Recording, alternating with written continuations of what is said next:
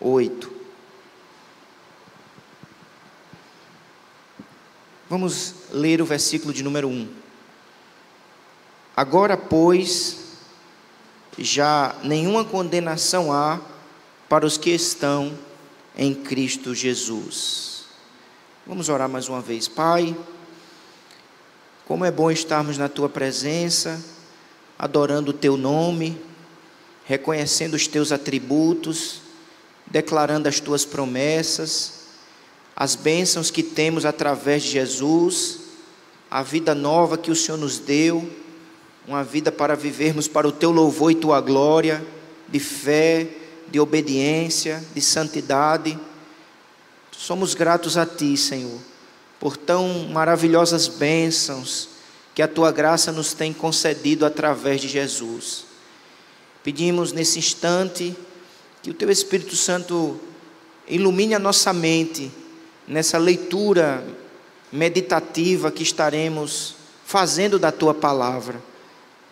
Alimenta-nos, aplica no nosso coração estas preciosas verdades, dá-nos uma compreensão espiritual da Tua palavra, concede-nos fé e fervor em Ti e em Tuas promessas. Suplicamos isto em nome de Jesus. Amém. Esse capítulo 8, irmãos, é um capítulo muito precioso da carta que Paulo escreveu aos Romanos, e na verdade toda a carta é uma maravilhosa exposição do Evangelho, da essência do Evangelho. E neste capítulo, o apóstolo, então, ele apresenta-nos as bênçãos que possuem os que realmente estão ligados a Cristo pela fé. E ele começa afirmando-nos a primeira bênção dos que estão ligados a Cristo Jesus pela fé, é o livramento da condenação. Isso é muito claro no primeiro versículo, quando ele diz: agora, pois, nenhuma condenação há. Não há condenação. A ira de Deus, o castigo eterno, não está sobre nós. Nós fomos libertos de todo castigo, de toda a ira vindoura, de toda condenação. E nós só fomos libertos não por algo que há em nós, não por mérito em nós, não por obras em nós, mas nós fomos libertos, abençoados por causa de Cristo. É Cristo que garante a bênção, é Cristo que garante o livramento, é Cristo que garante a libertação que temos de toda a culpa e de toda a condenação.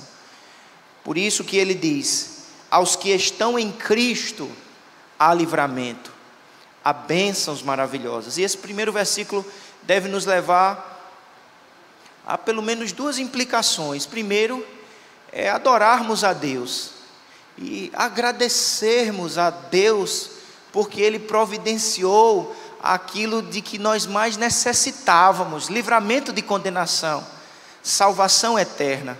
Por isso que a vida do crente verdadeiro deve ser marcada por adoração, por gratidão, porque ele já é abençoado pela graça de Deus. Mas esse primeiro versículo traz uma outra implicação, porque ele chama aqueles que ainda não se ligaram a Cristo pela fé a urgentemente aproveitar a oportunidade. Aproveite a oportunidade, una-se a Cristo pela fé, volte-se para Cristo pela fé, porque essa é a única maneira de escaparmos da ira vindoura, da condenação eterna, do que todo ser humano merece por causa dos seus pecados, porque a Bíblia diz: todos pecaram e destituídos estão da glória de Deus. Não há um justo, nenhum sequer. O pecado atrai a ira de Deus, mas o texto é um chamado a nos unirmos a Cristo pela fé. Esta bênção dada a nós, para nós, irmãos, ela é dada de maneira gratuita. Mas para que ela venha a ser gratuita para nós, Jesus precisou pagar um alto preço. As bênçãos que desfrutamos pela graça de Deus, ela custou muito caro para Jesus. Para ser de graça para nós, ela precisou ser paga. E o texto, então, nos versos 2 até o versículo 4, vai exatamente mostrar aquilo que Jesus precisou fazer para que pudéssemos ser um povo abençoado, para que pudéssemos ser um povo salvo. Ele diz assim no verso 2: porque a lei do Espírito da vida em Cristo Jesus te livrou da lei do pecado e da morte. Essa expressão no verso 1 que diz a lei do Espírito da vida, ela pode ser compreendida como o próprio Evangelho. Então o Evangelho que há em Cristo Jesus, Ele nos livrou da lei do pecado e da morte. E por isso que não há nenhuma condenação, porque nós fomos libertos por intermédio de Jesus. No verso 3 ele diz: porquanto o que for impossível à lei, no que estava enferma pela carne, isso fez Deus, enviando o seu próprio Filho em semelhança de carne pecaminosa, no tocante ao pecado, e com efeito condenou Deus na carne o pecado. Ou seja, o pecado foi condenado na carne.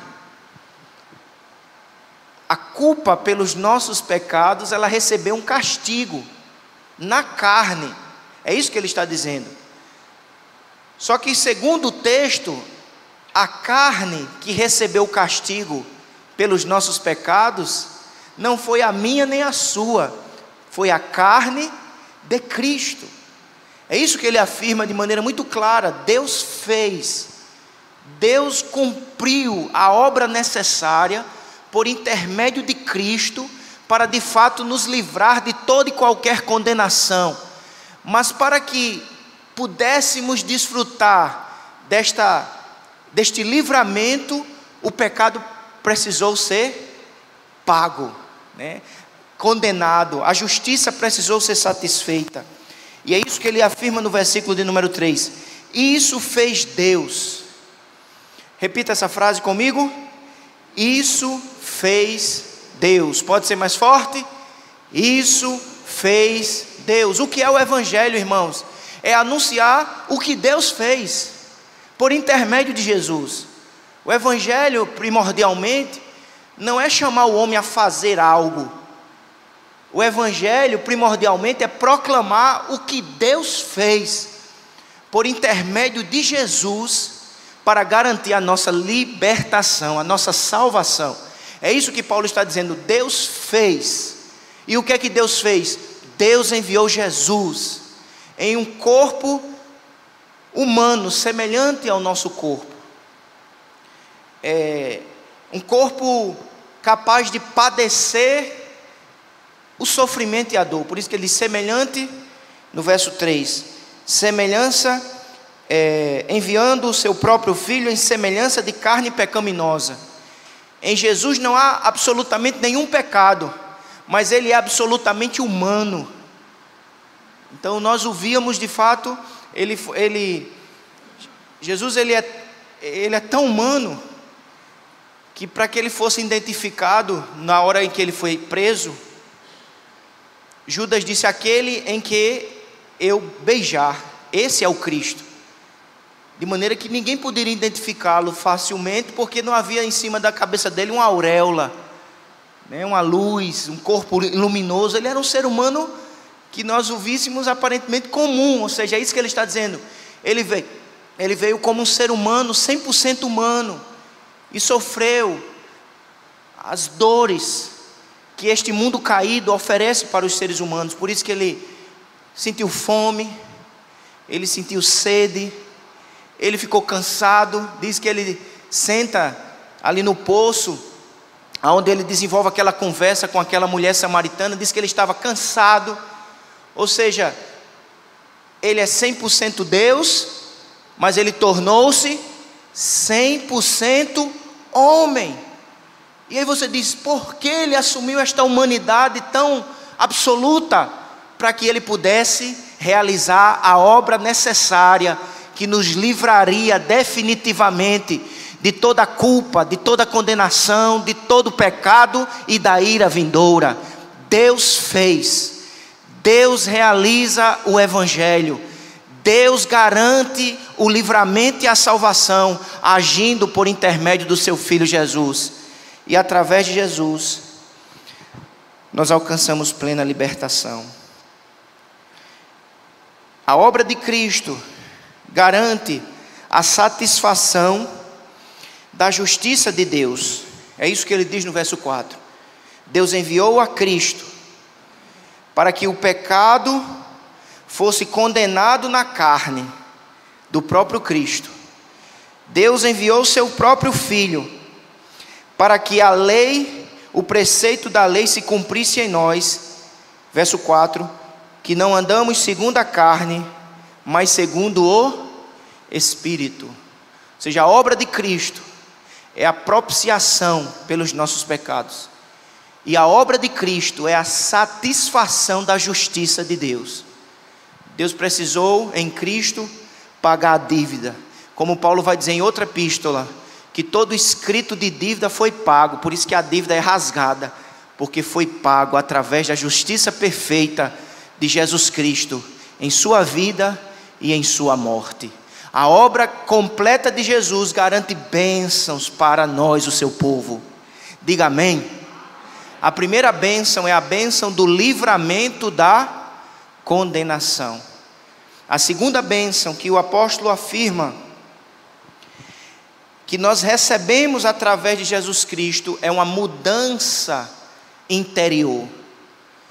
Ele não só nos livra da condenação, ele transforma-nos interiormente. Em Jesus a bênção é completa. Em Jesus a salvação é inteira. Ele não só muda o nosso lugar espiritualmente falando, ele nos muda de verdade. Ele nos liberta com poder. Ele muda as nossas inclinações. A Bíblia diz, irmãos, que o pecado nos tornou inclinados para o mal. A nossa natureza é uma natureza manchada pelo pecado. E o homem natural, ele é inclinado para o pecado. O homem natural é inclinado para a rebeldia. A Bíblia descreve o homem destituído da graça de Deus como inimigo de Deus. As declarações são muito fortes, porque chama o homem de inimigo de Deus, rebelde, chama o homem de cego.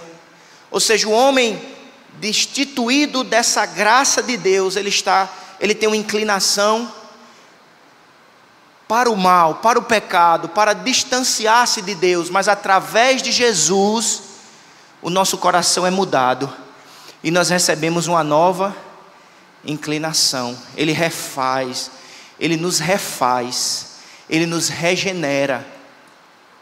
Lembra aquela música que a gente cantava quando criança, que dizia assim: havia um homenzinho torto, morava numa casa torta, andava no caminho torto, sua vida era toda torta.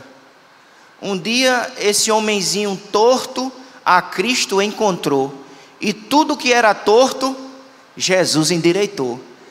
É isso que Paulo está dizendo aqui. Jesus nos endireita, Jesus nos refaz, Jesus nos dá uma nova inclinação. Outrora inclinados para as trevas, inclinado para o pecado, mas por causa de Cristo, por causa da obra do Espírito Santo de Deus em nós, a nossa inclinação é mudada, e nós agora estamos inclinados para Deus.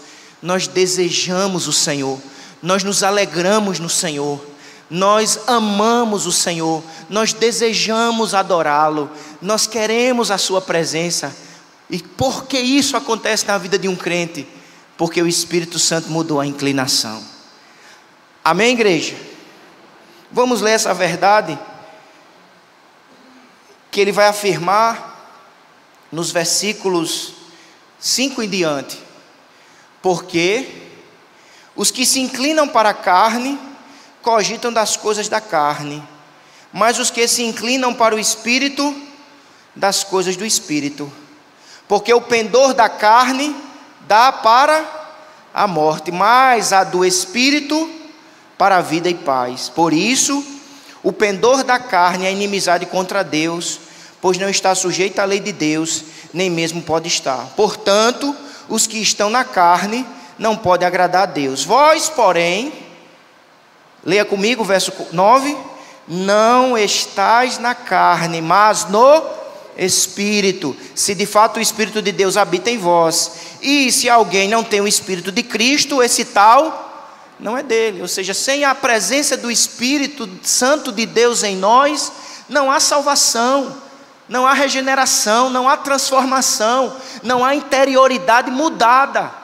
Somos totalmente dependentes do Pai, do Filho e do Espírito Santo. A Santíssima Trindade opera para nos abençoar, nos livrando da condenação e transformando-nos interiormente, para sermos conduzidos pelo Espírito. Agora veja o verso 10: se porém Cristo está em vós, o corpo na verdade está morto por causa do pecado, mas o Espírito é vida por causa da justiça.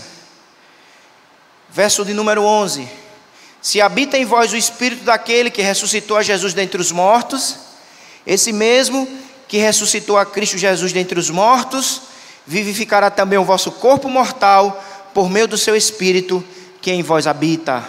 As bênçãos garantidas por Jesus, dada à sua igreja. A primeira bênção, livramento da condenação. Qual é a primeira bênção?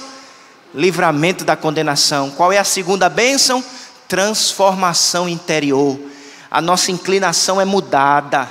O coração velho, endurecido e morto é retirado. Há uma operação sobrenatural, espiritual, efetuada pelo Espírito Santo de Deus, o cirurgião bendito, que tira o coração de pedra e nos dá um coração vivo, novo para Deus, inclinado para a vida, para a paz. Louvado seja o nome do Senhor. Então, irmão, se há desejos novos no seu coração, se há vontades, saiba disso, isso é obra do Senhor. A terceira bênção, Paulo cita no versículo 11, quando ele diz que se o Espírito que ressuscitou a Jesus dentre os mortos, ele habita em nós, nós somos herdeiros da ressurreição no último dia.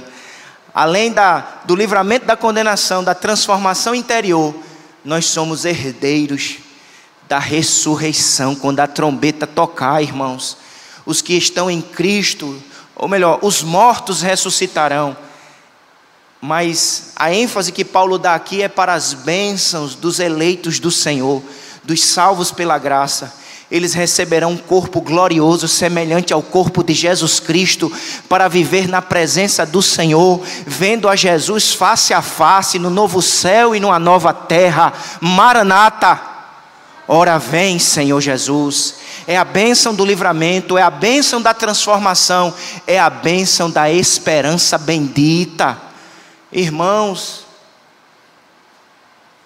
em Cristo Jesus, a vida do crente sempre dá certo, no sentido de que a última palavra sobre a vida dele não é doença, não é morte. A última palavra sobre a vida de um crente, sabe qual é? Ressurreição. Porque nem a morte mata a nossa esperança, porque a nossa esperança está sempre viva, porque o nosso Salvador no terceiro dia ressuscitou em glória para garantir a nossa viva esperança. Mas, em quarto lugar, o apóstolo Paulo vai dizer no versículo de número 5, a quarta bênção que nós desfrutamos é a bênção da oração. Veja o que ele diz: porque não recebeste o espírito de escravidão, para viverdes outra vez atemorizados, mas recebeste o espírito de adoção, baseados no qual clamamos. Você pode repetir esse verbo? Clamamos, mais forte, clamamos. E como é que a gente clama? Abba, Pai. A presença do Espírito Santo de Deus em nós nos capacita a clamar. A presença do Espírito Santo de Deus em nós nos motiva a orar. A evidência que o Espírito Santo de Deus está na minha vida e na tua vida, irmãos, é o desejo de orar. Porque agora sabemos quem somos. Somos o que somos pela graça de Deus. Libertos, transformados, acolhidos, adotados. Não estamos fora de casa. Não somos como forasteiros. Não somos como órfãos. Ele nos acolheu.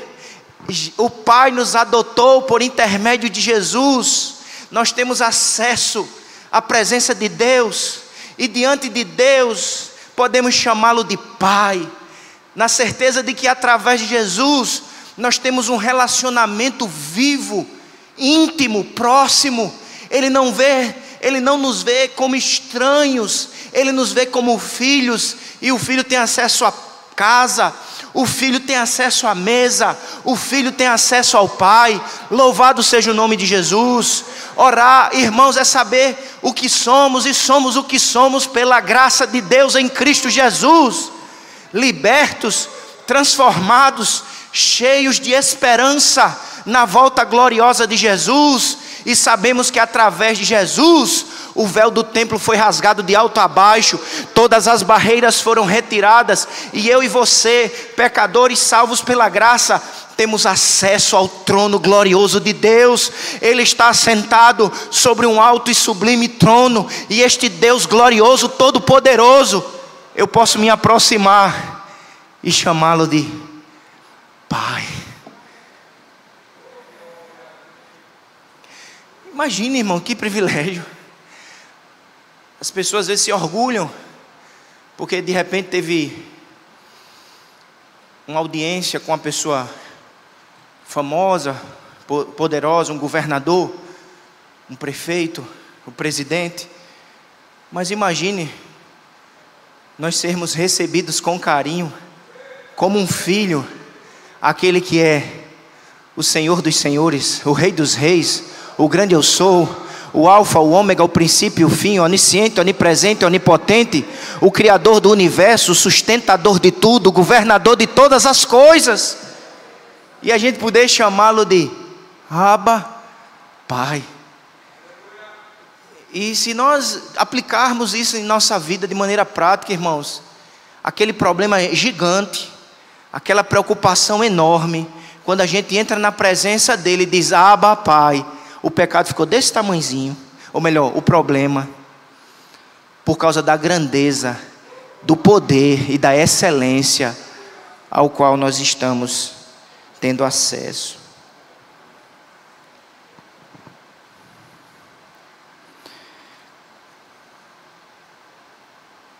E que Deus, irmãos, eu quero ainda falar uma última bênção que eu gostaria de destacar, está no versículo de número 31, ainda do capítulo 8. Que diremos, pois, à vista destas coisas? Se Deus é por nós, quem será contra nós? Aquele que não poupou seu próprio filho, antes por todos nós o entregou, porventura não nos dará graciosamente com ele todas as coisas? Quem tentará acusação contra os eleitos de Deus? É Deus quem os justifica. Quem os condenará? É Cristo Jesus que morreu, ou antes, que ressuscitou, o qual está à direita de Deus e também intercede por nós. Quem nos separará do amor de Cristo? Será tribulação, ou angústia, ou perseguição, ou fome, ou nudez, ou perigo, ou espada? Como está escrito: por amor de ti somos entregues à morte o dia todo, fomos considerados como ovelhas para o matadouro. Verso 37. Em todas estas coisas, porém, somos mais que vencedores por meio daquele que nos amou. Porque eu estou bem certo de que nem a morte, nem a vida, nem os anjos, nem os principados, nem as coisas do presente, nem do porvir, nem os poderes, nem a altura, nem a profundidade, nem qualquer outra criatura poderá separar-nos do amor de Deus que está em Cristo Jesus, nosso Senhor. Conte as bênçãos, diga quantas são, e verás surpreso quanto Deus já fez. Ele nos libertou da condenação, Ele transformou a nossa vida, Ele nos deu esperança indestrutível, sempre viva e eterna. Ele nos deu acesso à sua presença. Eu posso clamar na certeza de que Ele me ouve. Irmãos, e se aqui estamos, nós somos resultados da oração. Quantos não estiveram orando por esta igreja, para que Deus pudesse sustentá-la ao longo dos anos, e o Deus que é fiel tem respondido esta oração, sustentado, mantido as portas de pé. Mas acima de tudo, irmãos, nós temos um intercessor perfeito e fiel, Jesus Cristo, que ora por nós, e Ele é o garantidor das respostas do Pai e das bênçãos que desfrutamos. Mas em quarto e último lugar, viver em comunhão com Cristo nos capacita a enfrentar as lutas, nos capacita a enfrentar as decepções e tribulações, porque sabemos que somos verdadeiramente amados, comprovadamente acolhidos. E esse capítulo que fala de tantas bênçãos, ele termina falando a respeito da realidade do sofrimento.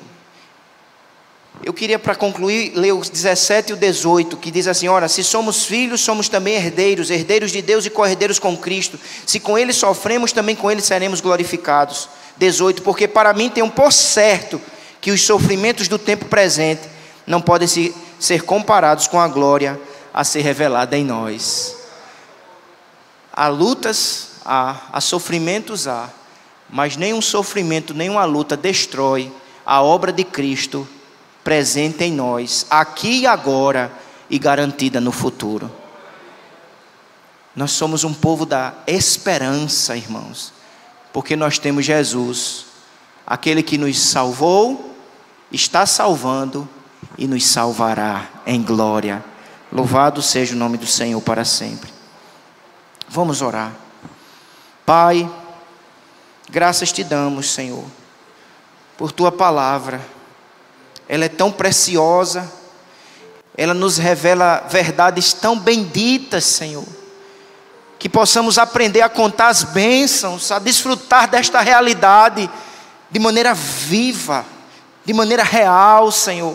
A realidade de que somos livres, a realidade de que somos transformados pelo poder do Teu Espírito, a realidade de que nós podemos ter acesso à Tua presença.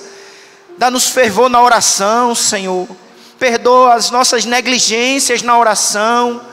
Perdoa, porque muitas vezes temos desprezado tudo isso, Senhor. Temos desperdiçado estas dádivas. Restaura na nossa vida, na nossa casa, o altar da oração, da intercessão fervorosa. Oh, meu Pai, e que o nosso coração esteja sempre alegre em Ti, esperançoso em Ti, confiante em Ti, nas Tuas promessas. Aplica na nossa mente e no nosso coração a Tua preciosa, poderosa e bendita palavra, em nome de Jesus. Amém e amém.